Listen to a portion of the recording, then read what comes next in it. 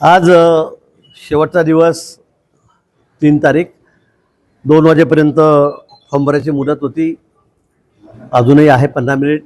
आज भारतीय जनता पक्षातर्फे आमची जवळपास 72 नगरसेवक 122 पैकी या ठिकाणी निवडून आलेले आहेत. क्लिअर मेजॉरिटी आमची या ठिकाणी आहे आणि म्हणून आम्ही आज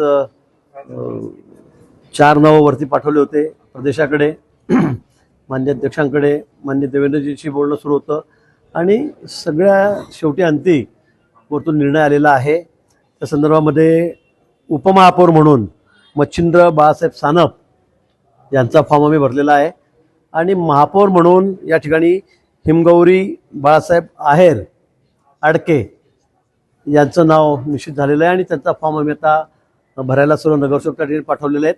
मला वाटतं तो फॉर्म आता भरला गेलेला असेल, पण हिमगौरी आडके आणि मच्छिंद्र सानप ही 2 नावं महापौर आणि उपमहापौर म्हणून आम्ही या ठिकाणी दिलेली आहेत. काय क्रायटेरिया लावणार आपण हे नाव? क्रायटेरिया काय होतं? क्रायटेरिया काय राहतो?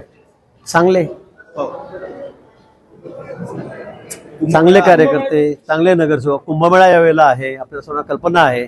सगळ्या देशाचं आणि जगाचं लक्ष कुंभमेळ्याकडे या ठिकाणी आहे आणि त्यामुळे सर्व समावेशक सगळा विचार करून पार्टीने हा निर्णय घेतलेला आहे. त्यांनी सगळ्यात चांगला निर्णय घेतलेला आहे.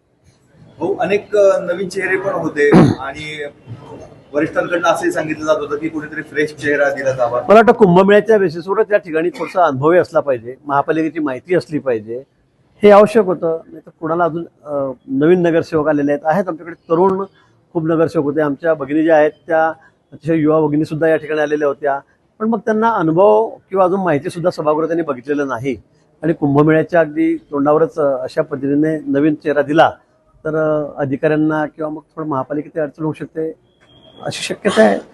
आणि म्हणून मला असं वाटतं की पार्टीने हा निर्णय घेतलेला आहे. शिवसेनेने उपमहापौर पदासाठी अर्ज भरलेला आहे. शिवसेनेशी आम्ही बोललेलो आहोत. कालही बोलणं झालं. मान्य शिंदे साहेबांनाही मी फोन केलेला होता, त्यांचं माझंही बोलणं झालं. त्यांच्याकडून 2 वेळा फोन आले. इथल्या लोकल जे नेते आहेत त्यांच्याशी सुद्धा मी बोललेलो आहे. त्यांनी सुद्धा फॉर्म भरलेला आहे, पण मला वाटतं अजून माघारीला वेळ आहे, तोपर्यंत आम्ही निर्णय घेऊ. बहुतेक आमचं असं म्हणणं आहे, म्हणजे वरिष्ठांचं, माननीय मुख्यमंत्री मोठ्यांचं, रवींद्रजींचं आणि शिंदे साहेबांचंही, की आपण एकत्रित राहिलो. कारण आम्ही केंद्रामध्ये एकत्र आहोत, राज्यात एकत्र आहोत, महापालिकेमध्ये तर कुंभसुद्धा आहे, त्यामुळे आपण एकत्रित काम करू असं सगळ्यांचा कल आहे. मला वाटतं वरून जो निर्णय येईल तो आम्ही स्वीकारू. पण तुमची स्वतःची इच्छा नाही, आपण म्हणतात कुबड्यांची गरज नाही आपल्याला. नाही, मी कुबड्याची गरज नाही. मी असं म्हटलं होतं की बा आम्हाला संख्याबळ आमच्याकडे आमचं भरपूर आहे, पुरेसं आहे. त्यामुळे आम्हाला अशी आज परिस्थिती नाही की आम्हाला कोणीतरी दुसरं घेतल्याशिवाय सरकार बनत नाही, आमचं महापौर बनत नाही, अशी परिस्थिती या ठिकाणी नाही. आणि म्हणून मी म्हटलं की इथे कुबड्यांची मला गरज पडणार नाही किंवा कोणाची सपोर्टची गरज पडणार नाही, असा माझा म्हणण्याचा हेतू होता. पण वरिष्ठ जर निर्णय घेत असतील तर. NCN न्यूजसाठी रोहन त्यांनी नाशिक. इथे फक्त दागिने नाही तर पिढ्यानपिढ्यांचा विश्वास मिळतो. परंपरेची झळाळी आणि विश्वासाची खात्री. कैलास अडगावकर ज्वेलर्स, दत्त मंदिर बस स्टॉप, नाशिक रोड.